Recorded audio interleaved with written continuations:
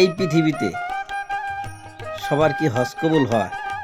আমার দেশের কত ধনী আল্লাহ পাওয়ার জন্য মাহে রমজান আসলে মক্কায় দৌড়ায়, মদিনায় যায়, কয় মক্কায় নামাজ পড়বো, মদিনায় নামাজ পড়বো।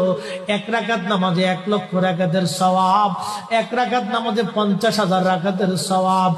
ওমরা করে মক্কায় কাটায় সময় মদিনায় কাটায়, মক্কায় কোরআন খতম দিতে চায়, মদিনায় কোরআন খতম দিতে চায়।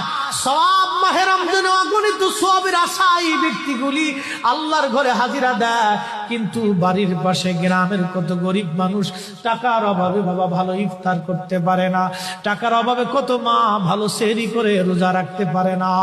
এই ধনীরা এই গরিব মানুষের ঘরে খাবার না দিয়ে আল্লাহরে পাওয়ার জন্য মক্কা মদিনায় দৌড়ায়। আল্লাহ ডাক দেখো, বান্দা একবার মরে দেখ, কায়দা মতো জুতা দিয়ে পিটামো, আমার বান্দারা না খেয়ে ইফতার করবে, আর তুই আল্লাহ পাওয়ার জন্য মক্কায় আইছো।